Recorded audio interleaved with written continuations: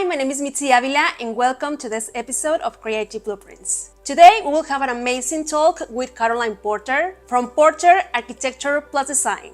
Caroline has been part of the Austin community since 2003.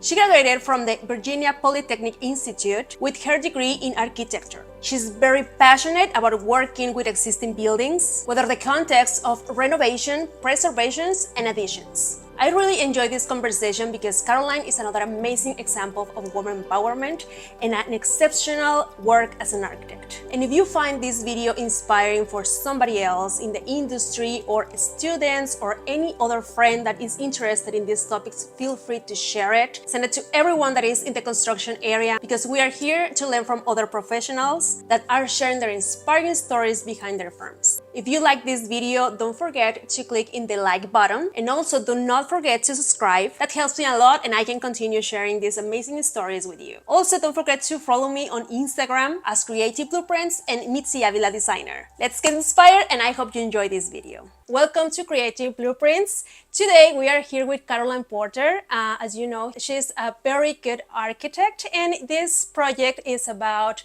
just to get into the details and what is the story behind the design firm. A very good, amazing architects, design firms, pretty good builders. So today we are here with Caroline Porter. Hi Caroline, how are you? I'm good. How are you, Mitzi? Good. Thank you so much for being part of this. My pleasure. And well, this, as you know, is just to have a nice talk about your work and about your experience. And I will ask you some questions that probably not like a lot of people is asking you daily, but this will inspire a lot of people that is watching this video. So first, I would love that you give us like a little introduction about yourself, about your work, how many years of experience you have, and one more that you didn't know. What is your happy place? Okay, so I started Port Architecture in 2012. I had been working for a historic preservation firm for about 8 years at that point. And I felt like I was more of a detective in that job and didn't have a lot of creative outlet because you had to go back and kind of recreate what was already existing. So you had to go back into the history, do a lot of research. And a couple years before that, I had got an opportunity to do a big renovation for a friend of mine. And after that project was on the Cool Homes tour, I thought, okay, it seems like this is going okay. Got a couple other smaller projects lined up. I'm just going to take the leap. So I started my own firm. I didn't think it was going to last that long. So how many years do you have with your So firm? it's 2012, so 12 years. Wow, awesome. Congratulations. Yeah. Awesome. So, and I do mostly renovations and additions to existing homes. So I work a lot with existing homes, which I like, and that kind of comes from that foundation of working with the historic preservation firm, kind of getting into the bones of what the existing house was. And and my happy place is definitely my garden. Awesome. Yeah, I saw. Well, I would say I have to take a shot of your garden because it's amazing. I love the trees. And if you're living in Austin and you don't have like enough trees in your yard, I don't know. I don't know how you can survive to Austin weather because it's so bipolar, and just having like in a neighborhood with a lot of trees, big trees, it's amazing. So it's so beautiful. Well, the first question, or the second one probably. What is your main source of inspiration? So the house I'm working on is oftentimes the main source of inspiration. I go back and I look at other homes that are from that same era. I go back and look at a lot of like traditional detailing books or just looking to see different houses. Like I have a field guide to American homes, like from over the hundreds of years, that we've been building. And so I like to look at those and look for different kind of like the highest level of those homes that really speak to me and that I think might work as reference for the home that I'm working on. And then of course, what the clients are wanting to achieve, also becomes a source of inspiration for me. Do you think that you are consuming something like external, like, I don't know, like podcasts, music that you like that probably can be like a source of inspiration, some magazines, books, or something that you like? I I get a lot of magazines, and I find I just don't have time to look at Yeah, them. well, So, I really I don't listen to a lot of like podcasts, as far as like getting inspiration from architecture. I do listen to some podcasts for the business side of architecture. That's been really helpful. But yeah, no, I think it's just really kind of looking around the what that era of that home was, and how do I want to tie in maybe some newer elements, because I really like, that's one thing that I really like to do, is to mix kind of more traditional elements with more modern. yeah, I had the pleasure to be working with Caroline in one of the projects that we have together, and this one was like a very fun one because her client was like very passionate about the royal blue, like a very specific royal Yes. blue, and it was Ultramarine was the color. ultramarine. I can remember that tone. And yeah, like all the kitchen is on that tone. I can't wait to see that in person in the real world because it was so interesting. Like all the construction, it was like, well, you have a good background of that construction because I didn't see like how it looked before the Yeah. demo. Yeah, and honestly, the house hadn't changed really for, 40 years, and it was built in the late 70s, and, single shed roof, very like 70s aesthetic. They were actually reusing some of the wallpaper Oh yeah, in I remember. the bathroom. It was really fun, kind of psychedelic wallpaper, Yeah. and of course, the avocado green and mustard yellow bathroom fixtures, and so those things we're not keeping, but a lot of the elements, the basic forms of the house, those are remaining and staying true to the original Yeah, architecture. I remember that we are keeping like a wood in on the top of the kitchen. So I think that that gives like a good vibe of the past with a very contemporary look. And that house, it's not just the house that's saying, hey, let's keep these things. I mean, the client, having lived there for 40 years, is very attached Oh to yeah. certain aspects of that house. So how do we bring in some elements, even though we're doing such a major renovation to the house, but that kind of give an ode back to the Do you think years that that she lived there? do you think that the projects with homeowners are more fun because they are open to renovate the space according to what they really like this ultramarine tone, like she's like very obsessed with that color, and I remember that she picked that color with the color of her ring, like the rock of that ring, what was that color. Yes. So I was like asking like, do you have a Pantone that we need to match, and she was like, no, let's decide this color with this ring. And I was like, oh my God, that is amazing. So do you think that is, I don't know if you had a chance to work with other people that is not a homeowner, or what do you think that is fun to work with? When I was in historic preservation, I worked with a lot of people who were not the homeowners. We worked in a lot of county courthouses. There's a lot of stakeholders involved. And I think in those instances, they're really looking to the architect to just tell them, Yeah. this is what we recommend, for all of the finishes. I think with a home, when you're doing a renovation for a client, it's so much more personal. You really have that person's tastes, all of their furniture, everything that they've lived through in that house so far Yeah. really comes into play in how they want it to look going Yeah. forward. Awesome. All right. The next question. What will be something you wish you had known before starting your own firm? To not try to wear all the hats when you start out, because I definitely did that. I felt like I didn't have the resources to hire experts. I felt like I didn't really know people who had gone out and done it themselves. So there was a lot of like Googling, to see, what do I do? Um, you know, I just did everything in the beginning, and took some time, but eventually, you learn to well, you either learn to or you're forced to like let go a little bit because Yeah. you just don't have the time, and you know that there's better ways to do it. So I have started outsourcing, you know, some aspects of my business. So bookkeeping, you know, doing my as-built drawings, and now starting to outsource just even creating like the base SketchUp models that I then go in and do design work too. So it really frees up a lot more of my time. Yeah. All right. If you could say something to yourself 15 years ago, what it would be? Buy more real estate, Well, especially in Austin. yeah. Actually. Yeah. What would I say to myself? So that was right around the time when I was working for the historic preservation firm, and I was first thinking, okay, I need a change. Like, this isn't really what I want to do anymore. It's been great, but I'm ready to do something else.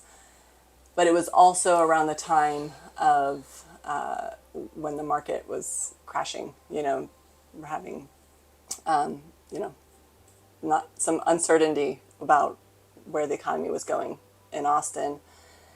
And I think I would go back and tell myself, you know, I know you were hesitating to try a new job because you didn't want to be like the new person in the firm who might lose their job if things continue to get worse. But I think I would tell myself to just take that chance and get out there and get some other types of experiences, because I think it would have been good to have, you know, not just the historic preservation firm experience, but also a more modern practice Yeah. too before going out on my own. So. What do you think that is the main thing that you learn working for that place? Working for the historic preservation Yeah, firm. that help you with, you know, this, that motivate you Yeah. to open your own firm. I think one of the most important things I learned there was understanding what the important elements of the building really are. Like, what is the soul of the building, and what is that you want to carry forward. So when I go and work on a lot of homes, to be able to see, okay, some of these things that were added on, or maybe even some things that were original to the house, might not really be elevating the house as much as it can be. So how do you kind of work your way back down to the basics of what really makes that home special? Awesome. All right. Share with me a big mistake during your career as an architect. How did you solve it, and what did you learn from it? So I had been hired by these clients to do a big renovation for them, and it went really well. But the clients decided that they were just going to sell the house instead. They had another property near downtown Austin, and they wanted to. There was a home on there, but decided they were going to demolish the house and build a new house. And so they came back to me and asked me to design a new house on this property. We went through the schematic design and presented the drawings, and they loved it. It was, you know, they were really happy with the design. But as I was starting to get further into design development, I had this big uh-oh moment when I realized that along one side of the property, there was a big 3-phase power pole. And this was a little bit after Austin Energy had changed their rules regarding how far everything had to be set back. And because it was kind of a small lot, like, this made a huge impact on the design of the house. So I went back to the clients and explained, and then also tried to do a redesign of the project. But they were kind of heartbroken, you know, that the original design couldn't work out anymore. And instead of kind of working with me to, you know, come up with another solution, they just decided that they didn't want to move forward, and basically I got fired. So that was very heartbreaking for me, but it was also, you know, a huge learning moment for me, and I definitely have implemented much better quality control checklists, you know, both from the initial feasibility part of the design work all the way through construction documents. And when that mistake happened, how many years of experience did you have at that moment as an architect or as a professionist? I mean, you know, quite a few years at that point, probably 6 or 8 years of working on my own at that point. So, something you'd think that you'd It's easy going and yeah, everything's been going something okay, happened. and you don't realize what you need until it kind of smacks Something you in the happens. face. Yeah. All right. Yeah. Oh my God. I'm so sorry about that. But yeah, it looks like when you are like, sometimes people is asking me on my social media, like, where did you get the inspiration? Or, oh, I'm so like frustrated because I want to open my own room, but I don't know, I'm like struggling with myself, just like saying probably just going only by my own.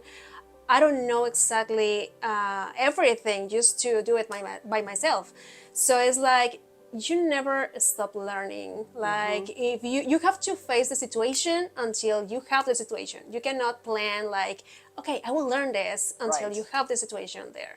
So do you remember that, I don't know, like what was the, I don't know, like your around everybody around you on that moment, how they support you, or how did you find some help on that moment when you had that mistake? Yeah, being a sole proprietor, that's one of the hardest parts, that you don't have somebody to, like, right there to say, oh man, like, look, I I can't have your believe I did back. this. I have Yeah, to, how should I think about this? And so, you lean on your friends and your colleagues, that and definitely talked a lot about it with my husband. So, that is great. yeah. All right. The next question: do you think your designs tell something about you, and how? I I try to have my designs be more of an evolution of the house and not really a showcase for my design work. But of course, that's always going to be a part of it. I definitely lean towards balance and symmetry.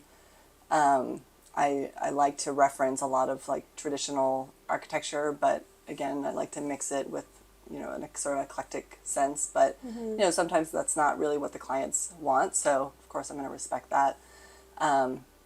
But yeah, I think that's usually what it says about me. But also, I like efficiency. So even if there's a big budget, a lot of space, if the space doesn't warrant it, I'm not going to just add on square footage. Like I want things to be right sized Yeah. for the purpose. And so, I definitely lean towards like the not so big house kind of mentality in designing. Do you consider that you have not push but probably convince a client, like if you like to put like a fixture or something that you really like and you can see that everything goes good with that option, and your client is like, oh, probably I don't know about this, because I remember I had a situation with a client that I loved all the cabinetry all around and everything was pretty good, and I was like visualizing that kitchen with a black pretty like very simple cabinetry, because the all the pretty simple countertop, because all the cabinetry was like very bright. So I said, this is too much, I need to have like something very neutral in the countertop. And they decided to have like a very busy granite countertop, and I was like, oh my god, no. And I saw that installed and I was like, oh my god, it looks so bad. So everything was like, I was suggesting them like, probably you have to pick something like very conventional. But of course they are the ones that are using the space and they wanted Right. to use that one. So I couldn't do anything else. But have you faced a situation like this? Yeah, that comes up, and I try to just put everything in front of them so that they can see how it all fits together, and hope that seeing it in front of them is going to make them realize that, okay, maybe there's some other options, and I show them the other options at the same time and try to do a bit of contrasting, to see like what are the pros and cons of like each Yeah. of these versions. But sometimes sometimes the clients just want what they want, but sometimes the clients want something and I think, oh, I'm not so sure if that's gonna work out. But then I'm surprised, like I say, oh, actually that was great. Like I'm really glad that you stuck to Awesome. your guns on that. That happens. Unfortunately, that didn't happen to me, but it was good. All right. What do you think that is the hardest part of being a creative? Really just trusting yourself with what you come up with is the best solution for your clients, because it feels like when you're at the drawing board that maybe there are so many different options, and how do you know that you're bringing that the best version of it? But I think if you really listen to your clients and you really ask them more questions to find out exactly what it is they want, there really aren't that many options that will work. It really starts to narrow down like what is the best solution. So I think just trusting your gut on that is like one of the hardest things to learn. Do you think that the mental health is important as a creative? I mean, I think it's important no matter what Watch. job you have, and it's really a big part of it, but it can be very stressful, especially being a sole proprietor.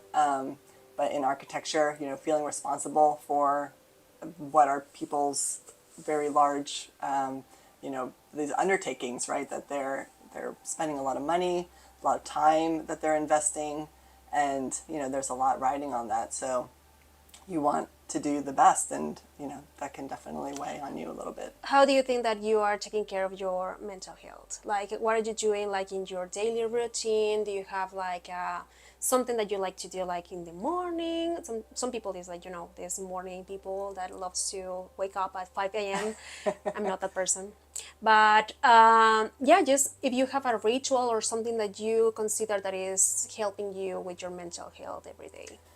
I have my coffee ritual in the morning. So after my kids get to school, I come back and I just sit and just relax with my cup of coffee for 10-15 minutes, do a little bit of preparation for what I'm going to do for the day, take some notes, and then get into it. So I like to do that, and if I have time before they come home, I try to do a little bit of that on the other end to kind of reflect back on how the day went and what can I do to make tomorrow better.